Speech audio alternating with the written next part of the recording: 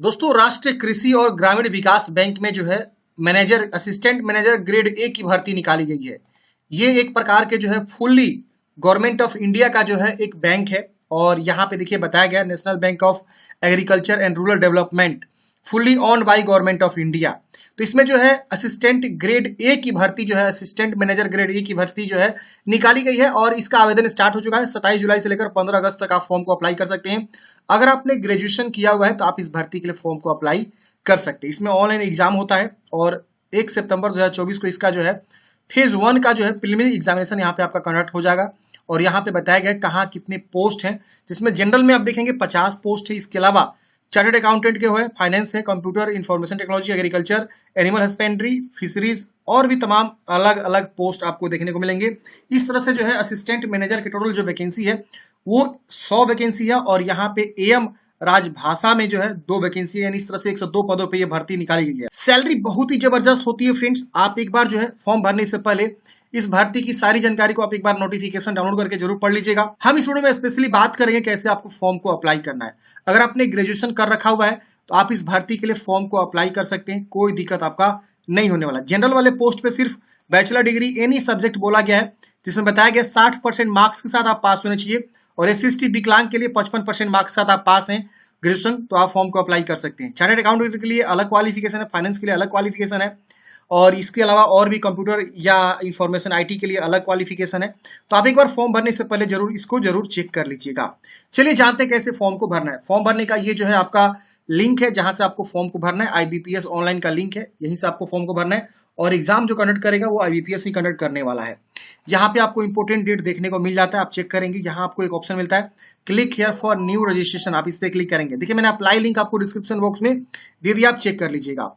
अब यहाँ पे अपना फर्स्ट नेम लिखना, मान लीजिए आपका नाम दीपक कुमार है, दीपक, और फिर यहाँ कन्फर्म करेंगे दीपक, फिर से मतलब 2 बार लिखना है। तो इसके वजह से लास्ट में आपको कुमार लिख देना है, दीपक कुमार। अगर आपका मिडिल नेम कोई नाम रहता है तो मिडिल नेम भी आप लिख सकते हैं। सिर्फ फर्स्ट नेम है तो फिर फर्स्ट नेम भी लिख सकते हैं। यहाँ अपना मोबाइल नंबर को कंफर्म करेंगे। यहाँ ईमेल आईडी को लिखना, ईमेल आईडी आप कुछ भी दे सकते हैं, मतलब जो भी आपका ईमेल आईडी है।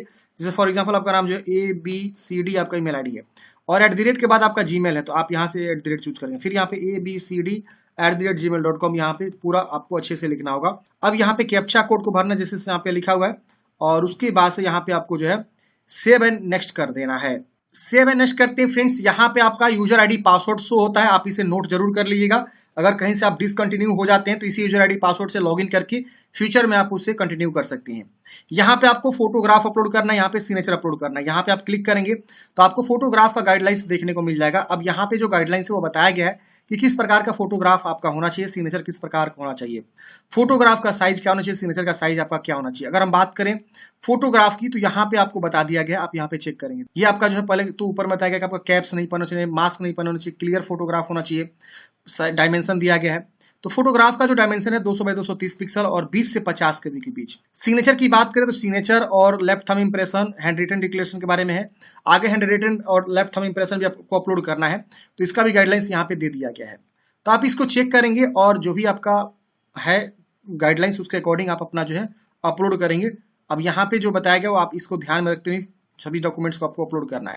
तो चलिए इसको हम चूज करेंगे और इसको भी चूज करके यहाँ डिक्लेयर करेंगे, यहाँ डिक्लेयर करेंगे और नेक्स्ट करेंगे। सेव नेक्स्ट करते हैं फ्रेंड्स। यहाँ पे आपको पोस्ट चूज करना है कि आप कौन से पोस्ट के लिए फॉर्म भरना चाहते हैं। यहाँ पे एक है मैनेजर और एक है राजभाषा, जिसमें 2 ही पोस्ट है। तो आप इसको चुनाव करेंगे, मतलब अपने अकॉर्डिंग चूज करेंगे। और यहाँ डिसिप्लिन किसके लिए अप्लाई करना चाहते हैं, जनरल के लिए, इसमें से और भी वेरियस डिपार्टमेंट है। तो आप यहाँ पे डिसिप्लिन अपने अकॉर्डिंग देखेंगे। जनरल में कोई भी बंदा ग्रेजुएशन किया किसी विषय से तो जनरल में आवेदन दे सकता है, लेकिन वही फाइनेंस, कंप्यूटर, इस सब के लिए अलग अलग जो है आपको डिसिप्लिन में क्वालिफिकेशन बोला गया। तो आप एक बार जरूर चेक करेंगे। चलिए इसको चूज करेंगे। कैटेगरी अपन बताएंगे, जनरल है तो ओके करना होगा। EWS जो भी कैटेगरी है ये इंस्ट्रक्शन आएगा, आप उसको चूज करेंगे। यहाँ पे विकलांग है तो यस करेंगे, वरना नो करेंगे। और यहाँ विकलांग रहते तो यस करते, तो यहाँ पे आपको सारा इन्फॉर्मेशन भरना होता है, वरना इसे नो करेंगे। अब यहाँ पे आपको बताया गया अगर आप विकलांग है जो सेक्शन 2 में दिया गया है, तो अगर आप उस समय कैंडिडेट्स हैं स्पेशल मतलब स्पेसिफाइड डिसेबल्ड पर्सन है तो आप यस करेंगे। और उसके बारे में आपको एग्जाम के समय में जो है कोई चाहिए कंपल्सरी टाइम चाहिए तो आप यस करेंगे।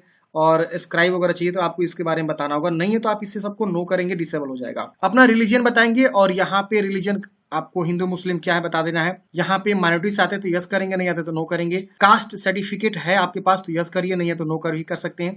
अपने अकॉर्डिंग जानकारी देना है। आपके पास इनकम सर्टिफिकेट के बारे में पूछ रहा है, यस नो बताना है। अगर आप ईडब्ल्यू से आते तो उसके बारे में पूछता। एक्स सर्विसमैन या कमीशन ऑफिसर या इमरजेंसी कमीशन ऑफिसर आप जो है सर्व कर चुके हैं, शॉर्ट सर्विस कमीशन, इस तरह का आप एक्स सर्विसमैन रह चुके हैं, यस करेंगे वरना नो करेंगे।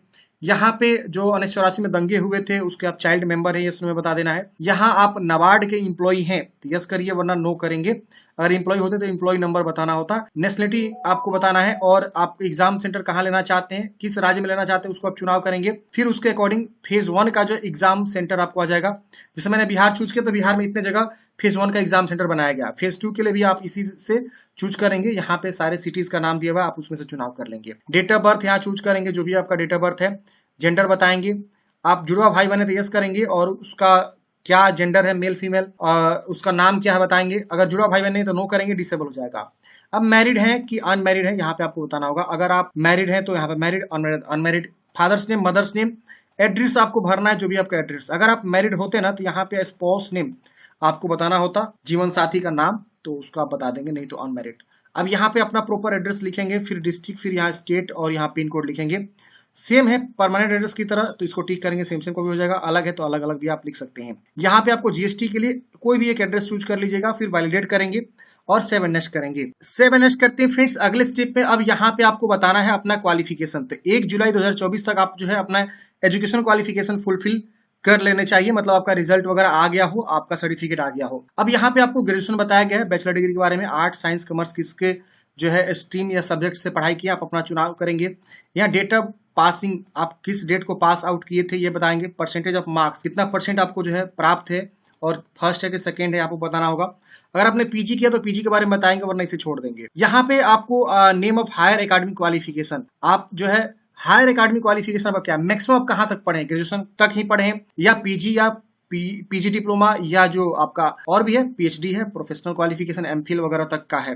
अपने अकॉर्डिंग यहाँ पे चुनाव करेंगे। आप कहीं काम कर रहे हैं तो यस करेंगे और उसके बारे में बताएंगे, वरना नो कर देंगे। यहाँ पे आप जो है प्री रिक्रूटमेंट ट्रेनिंग आप लेना चाहते हैं, अगर आप एससी एसटी ओबीसी है, विकलांग है, तो आप इसे यस कर सकते हैं। आपको ये लोग ट्रेनिंग देते हैं, नहीं तो नो कर सकते हैं। लैंग्वेज आपको कौन कौन से आती है यहाँ पे आपको लिख देना है। आपको हिंदी आती है, हिंदी लिख दीजिए और उसको रीड राइट स्पीक कर सकते हैं। और कोई लैंग्वेज आती है तो उसको भी आप लिख दीजिए। यहाँ 3 मैक्सिमम आप लैंग्वेज दे सकते हैं, कम से कम 1 देना जरूरी है। फिर वैलिडेट करेंगे, ओके करेंगे, सेव एंड नेक्स्ट करेंगे। अब यहाँ पे आपका पेज प्रीव्यू आ गया, मतलब क्या कि आप जानकारी को वेरीफाई करें कि जो भी आपने जानकारी दिया है वो सब चीज सही है। अगर इसमें कुछ भी गलती है तो बैक जाके सुधारेंगे, नहीं गलती है तो आप इसको डिक्लेयर करेंगे और कंप्लीट करेंगे, ओके करेंगे, अगेन ओके करना होगा। अब यहाँ पे आपको लेफ्ट थंब इंप्रेशन, यानी जो दाएं थंब का इंप्रेशन है, अंगूठे का निशान है, वो आपको यहाँ पे लगाना है। तो यहाँ पे बाएं यहाँ पे लेफ्ट बाएं होता है, यहाँ पे आप उसको चूज करेंगे। हैंड रिटन डिक्लेरेशन में आपको एक छोटा सा मैटर लिखना होता है। हैंड रिटन डिक्लेरेशन का यहाँ पे जो ये लोग मैटर दिए होंगे यहाँ पे, उसी को आपको क्या करना है, सादे पेज पे लिखना है और उसको स्कैन करके अपलोड करना है। यहाँ पे इन्होंने मैटर नहीं लिखा हुआ,